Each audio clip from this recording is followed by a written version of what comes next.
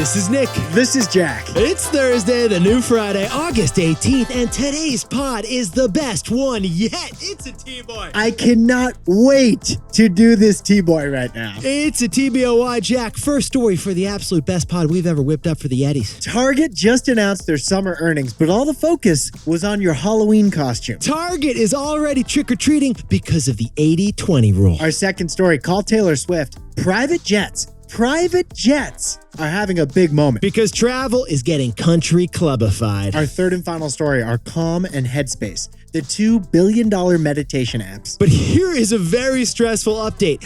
Apparently, you haven't been meditating. Guilty. Nama, stay out of that app. Can I do a fourth quarter of the new year resolution? But Yetis, before we hit that wonderful mix. Honestly, the perfect mix 2 days before vacation. Wonderful mix, Jack. Do you mind keeping it down? Oh, I forgot.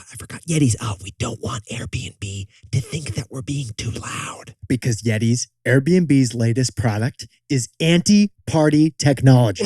We repeat, the newest feature from Airbnb isn't for booking a boat and it isn't for renting a pool. It's for buzz-killing parties. That's right. It's official. Airbnb has proprietary anti-partying technology. Jack, I'm checking LinkedIn right now. CEO Brian Chesky, he's now the chief of the fun police. I'm going to have to confiscate that solo cup as evidence. Yetis, a couple months ago, Jack and I told you that Airbnb made its party ban permanent. Parties were angering the hosts and bothering neighbors too. Yeah, so Airbnb became a party pooper because it depends on its hosts and it wants to keep those neighbors happy. But now Airbnb got tech to poop on a party before it's even happened. Before you even pop the champagne, they pooped on that party. Airbnb's artificial intelligence can now predict that you're gonna throw a rager. It's like the Nostradamus of bachelorette weekends. Now, the funniest thing, first, they tested this anti-party artificial intelligence down in Australia. Okay, get this. You would show up to a Barbie down under, and if you brought a Foster six-pack, you're gonna get locked out of that Airbnb. The test was successful down under, so they're bringing the AI to analyze your intentions before you've even booked. For example, Jack, let's say your buddy Timmy clarifies that all 10 guests to this weekend's Airbnb happen to be dudes. Or let's say you ask the host how many pool toys there are in the pool. Or, Jack, if you happen to be adjacent to South Beach. Then Airbnb just canceled your reservation. Because Airbnb is the crusher of the cakers. They're gonna shut down that shindig. Say au revoir to that soiree. Now, Nick and I discovered there's one way to beat Airbnb's anti-party technology. Yetis, if you want to avoid all of this anti-party technology, there is one way that you can pull it off. Everyone, please use your indoor voices. Silent disco, milk martinis. Please be respectful. Do you mind just taking your shoes off before you come in? Let's hit our 3 stories. 15 years before this song, 2 boys from the Northeast met in the dorm. They had an idea to cause a cultural storm. It's the best one yet, but the best is the norm. Jack, Nick, that's it.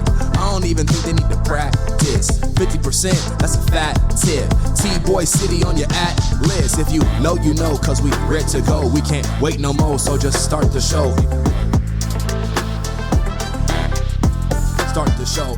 For our first story, Target just announced its summer earnings, but all they could talk about was your Halloween costume. Target is trick-or-treating already because of the 80-20 rule. Jack, can we talk about like the most underappreciated secret in all of shopping right now? Should we say it? There's too much stuff on like every shelf. Now, over at Target in aisle 6, they got to sell 8,000 extra blow dryers they're stuck with. Target announced months ago, and we covered it on this pod, that they over-ordered big time, had too much inventory, so they had to slash prices to clear the house. Jerry, what are we going to do with all these hair dryers? Someone's got to get the curling irons. And that meant that you got to buy an $80 cooler for $40. And you know what? That's not a profitable way to run a business. No, and that's why Target's profits just fell 90% last quarter. But that was the past. Target wants to look ahead to the future. They do. And here is Target's plan to look ahead. Here it is. Halloween right now. The CEO said it best. We need to lean into the holidays here at Target. Target's going full Hallmark card on us. Yetis, it is August, which, by the way, is the only month of the year with no national holiday. And yet Jack and I noticed that Target just said the word holiday 11 times on their earnings call. What is going on here, Target? What's going on, Target? Target says that celebration moments drive visits. So here's Target's real plan.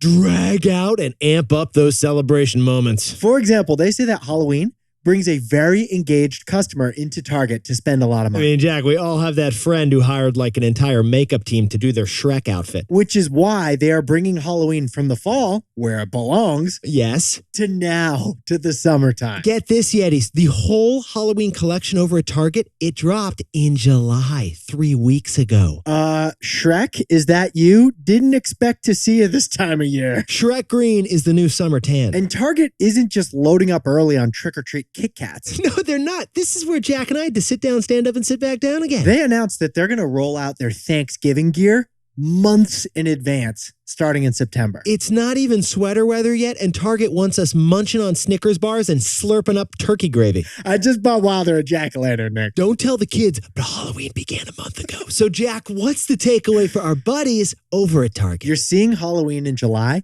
because of the 80-20 rule. Yetis, the 80-20 rule, also known as the Pareto principle. It's this really bizarre general rule of life that 80% of results come from just 20% of the people involved. This is like straight out of the Da Vinci Code. It's like the Fibonacci sequence of finance. It was first noticed in Italy, where 80% of the land was owned by just 20% of the Italians. And you may notice it today because 80% of your Instagram likes come from 20% of your followers. In business generally, and probably where you work too, 80% of profits tend to come from the best 20% of customers. So it's likely 80% of Target's earnings come from its 20% of customers who are holiday obsessed. The 80-20 rule, it's not always the case, but it is a bizarrely reoccurring ratio in business. That's why you saw Halloween costumes the week after the 4th of July.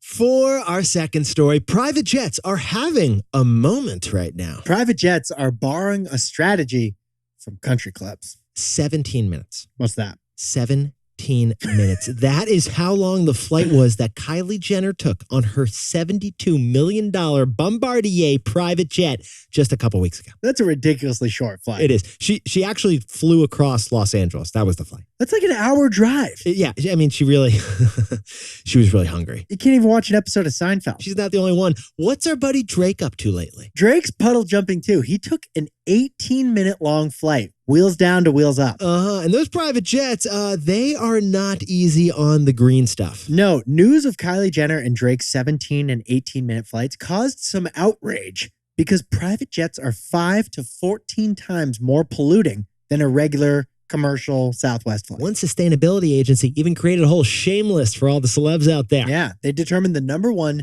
biggest carbon footprint among the private jetting celebs. The Grammy for biggest private jet user goes to Taylor Swift. Taylor Swift. Sorry, Taylor can't come to the phone right now. She needs to get to Starbucks extremely quickly. T-Swift goes from concert to concert, just busting the ozone. Taylor Swift jumps on a Cessna and literally chokes a polar bear. Not just celebrities with these huge private jetting carbon footprints. Private jets in general are just having a celebrity moment. Like if Drake and Taylor Swift get together for a duet at a concert, a glacier disappears, Jack. That's actually sad, but I'm still laughing. Okay, well, some of the top trending Twitter accounts right now, they're tracking private jets. It all started with Elon Musk. Some 18-year-old kid started posting everywhere Elon was flying. And now they're tracking Nancy Pelosi too. But Yetis, it's not just the tabloids or Twitter that are so into private jets right now. Wall Street can confirm there is a private jet-a-palooza happening. And that's what we found fascinating about this whole story. Let's look at Wheels Up, a publicly traded private jet company. Wheels Up just reported their second quarter financials. And how they do. Record revenues. And here's the Wheels Up business model. They own and lease 170 jets. They let paying members book those jets, and those jets, those are private flights. And an interesting thing about Wheels Up's business, it's not Hollywood celebs driving those record numbers of flights. No, this is the wild thing. It's newbies who are driving the record private jet sales. The majority of Wheels Up flyers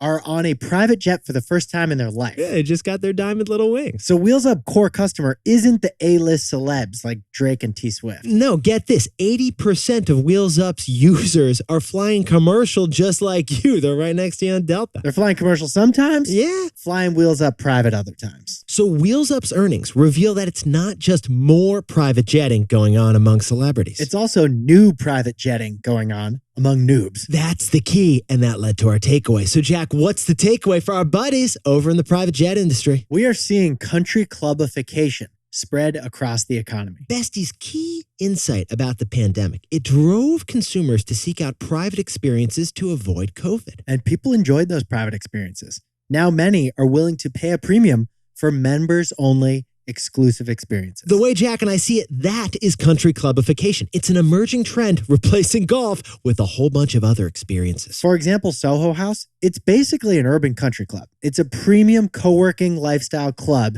that's expanding to new private spaces in new cities. And perfect timing, Jack. The Wall Street Journal just did a deep dive article on a surge in private eating and private working clubs spreading across Manhattan. Now, like country clubs always have, more consumer experiences are adding financial gates to join. Instead of pooling member money to build a new golf course or tennis court, new clubs are buying restaurants or co-working spaces or private jets for members only. Wheels Up captures that too. It does. It's the country-club-ification of travel.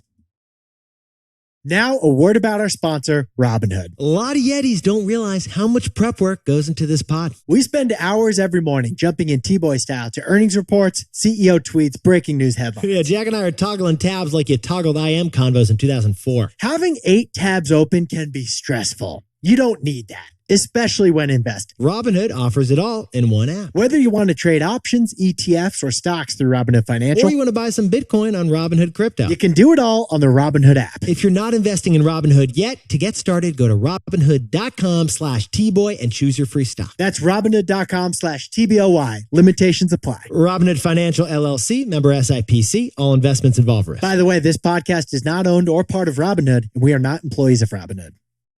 For our third and final story, meditation apps Calm and Headspace are suffering from post-pandemic drops. But one crucial sales strategy they made has saved off the real suffering for these meditation apps. Okay, you can meditate to anything these days. You can't probably meditate to our pot. It may be hitting an octave too high. Definitely shouldn't meditate to this pod. Jack, I actually opened the Calm app and you can meditate to the rules of tennis to help you go to sleep. Just some guy reading the rules of tennis? Yeah, it's an exciting sport, but That's going to put you to sleep. Yeah.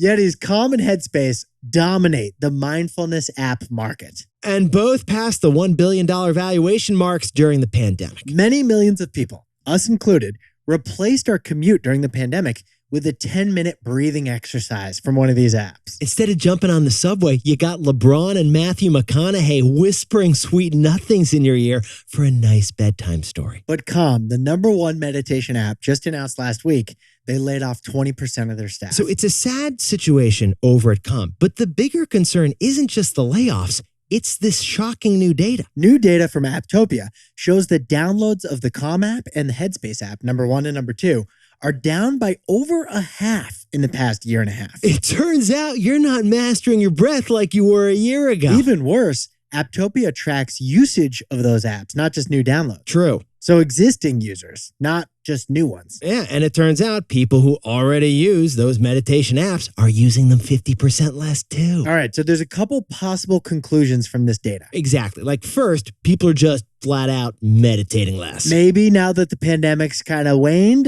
you're meeting up with people for Taco Tuesdays instead of staying home for Mindfulness Mondays. Or another explanation, people are still meditating, but hey, you don't need an app to guide you through it. Sorry, McConaughey, it's not personal. We had a great run, but I'm just going to go to sleep on my own now. Now, we don't know which one of those is the actual explanation, but this is the real shocker with the meditation drop-off. While users of the apps is definitely shrinking, revenues of the apps continue to rise. And that just doesn't make sense. So, Jack, what's the takeaway for our buddies over at Calm and Headspace? A 1-year subscription gives 2 years worth of revenue. All right, Yetis, this one just messes with your minds. Despite a huge drop-off of new users and usage, both Calm and Headspace just reported second quarter revenue growth. Yeah, how are revenues rising, even though usage of these apps is way down? The answer is the annual contract. Get this, Calm doesn't offer monthly subscriptions.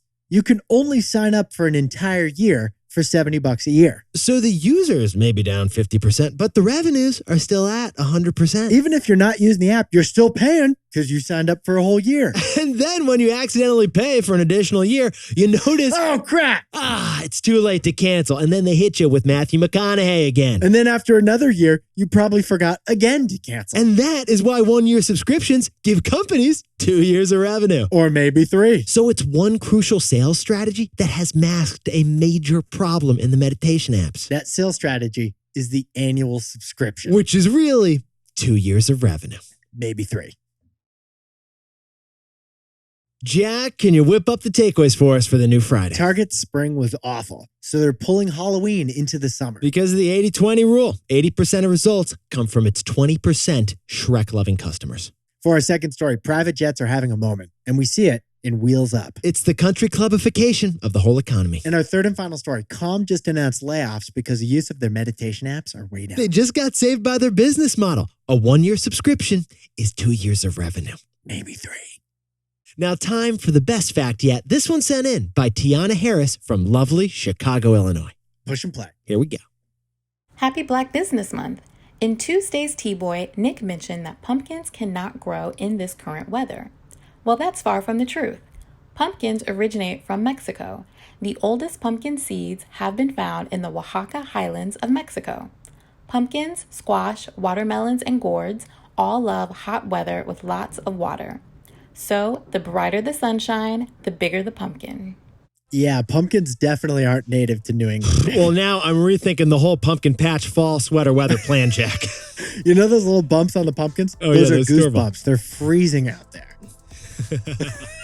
And now we know why Target was selling Halloween stuff in July. And why pumpkin spice latte is already here. Yetis, you look fantastic for the new Friday. And if you're at an Airbnb right now, remember, whisper to your buddy next to you, HYHTBOY. This isn't a party, it's just a hangout. Have you had the best one? Oh, we're going to get kicked out. Okay, all right, it's over. They're kicking us out.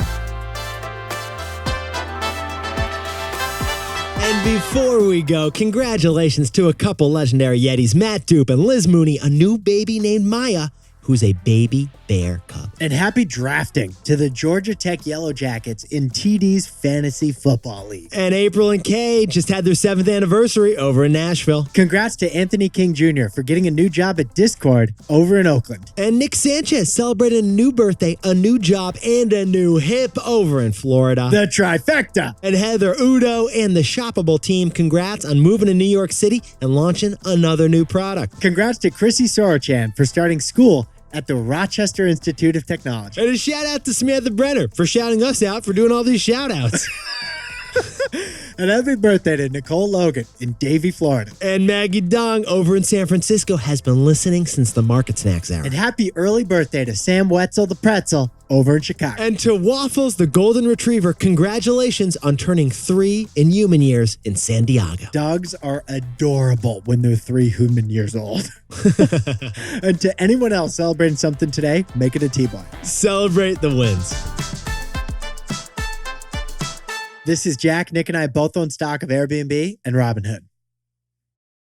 Now, a word about our sponsor, Robinhood. A lot of you listen to our show while you're driving. 2 hands on the wheel. Keep it 10 and 2. You might be cruising, Chris. No rush. Stay in the right lane. Or you might be Darlene from Duncan, dotting from lane to lane. Yeah, there are different drivers on the road. There are different investors too. Maybe you're cruising down the long-term lane with stock investing, or maybe you're a more advanced full-speed trader. Well, the Robinhood app helps put you in the driver's seat wherever you're at in your investing journey. If you're not investing on Robinhood yet, to get started, go to Robinhood.com/T-Boy and choose your free stock. That's Robinhood.com/TBOY. Limitations apply. Robinhood Financial LLC, member SIPC, all investments involve risk. By the way, this podcast is not owned by or part of Robinhood, and we are not employees of Robinhood.